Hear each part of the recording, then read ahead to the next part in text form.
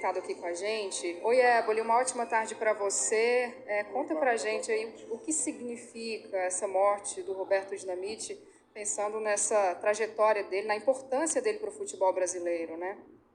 Sem dúvida alguma, né? Por mais que a gente estivesse acompanhando as dificuldades, né, de saúde do Roberto, e ele vinha lutando realmente pela vida já há algum tempo, né, com essa questão do câncer.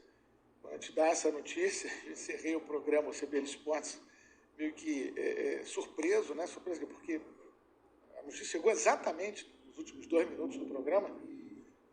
A ficha ainda tenta cair, porque o Roberto Dinamite, ele é mais um jogador, né, que faz parte daquela coisa meio que da fantasia do futebol, né, futebol bem jogado, um jogador que sempre foi muito leal com seus adversários, sempre foi muito admirado por todos, né, é um nome que trafega muito com a unanimidade, né, que independe da camisa, e ele teve uma carreira toda, praticamente toda, muito associada ao Vasco da Gama, né? Colheu seus principais triunfos com a camisa do Vasco, fez a maioria dos seus gols com a camisa do Vasco, e ele fez mais de 700 gols. A gente não está falando de um jogador que foi um artilheiro qualquer, não. Foi um dos maiores artilheiros da história do futebol brasileiro. 708 gols, 1.110 jogos pelo Vasco. E um dos maiores artilheiros do Campeonato Brasileiro, por exemplo, conquistou o título nacional em 74 com a camisa do Vasco. Muitos campeonatos estaduais, numa época o campeonato estadual era super valorizado, né? E às vezes tinha até um peso maior devido às rivalidades, maior do que o próprio campeonato nacional. Então, conquistou 5 vezes o campeonato estadual com o Vasco, em diversos momentos da carreira, 77, 82, aí era o Roberto Dinamite explosivo, né? Como o apelido mesmo diz.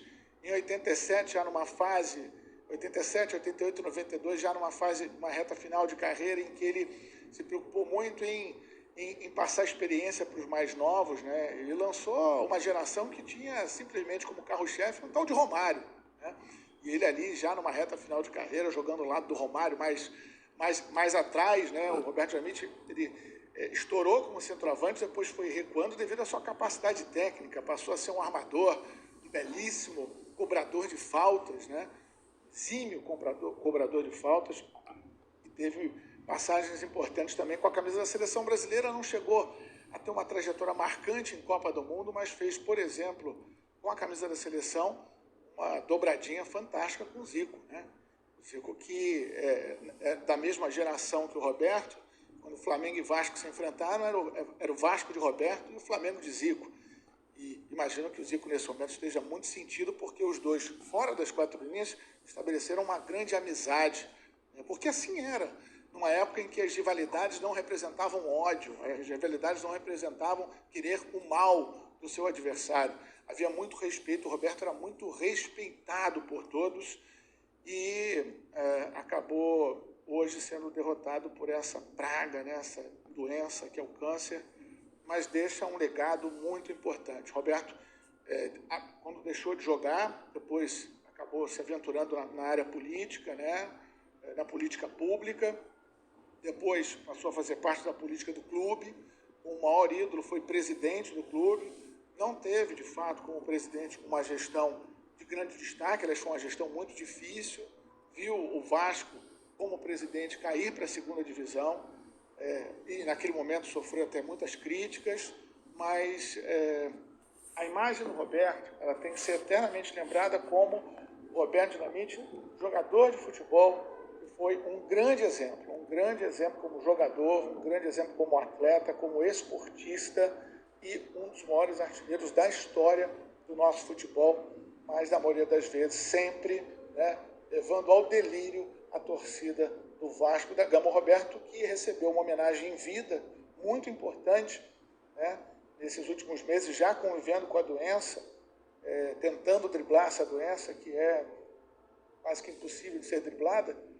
mas ele recebeu uma homenagem que foi uma estátua. Hoje o Roberto é uma estátua em São Januário, uma mais do que justa homenagem a esse grande nome do futebol brasileiro. Eu até estou com o site do Globo Esporte aberto e tem uma imagem dele aqui beijando essa estátua, muito feliz, falando um pouco aqui sobre a história dele. Carlos Roberto Gama de Oliveira nasceu em 13 de abril de 1954 em Duque de Caxias, no Rio de Janeiro. Mas o nome Roberto Dinamite veio ao mundo em 25 de novembro de 71, no Maracanã. Foi nesse dia que o atacante, com 17 anos apenas, recebeu esse apelido que marcou sua trajetória depois de marcar o primeiro gol pelo Vasco na vitória por 2-0 sobre o Internacional. E aí a manchete do Jornal dos Esportes no dia seguinte foi essa certidão de batismo do apelido, né? Garoto Dinamite explodiu, foi aí que surgiu esse apelido. Ébole, a gente pode dizer que ele é o maior ídolo hoje do Vasco? Isso é muito pessoal, né? Sim. Cada um estabelece o seu ídolo, mas e para mim sim, para mim o Roberto Dinamite é o maior ídolo da história do Vasco da Gama. Não acredito que, e não penso que deva, né? Porque eu não gosto de misturar o que ele foi como esportista e depois o que ele foi como político.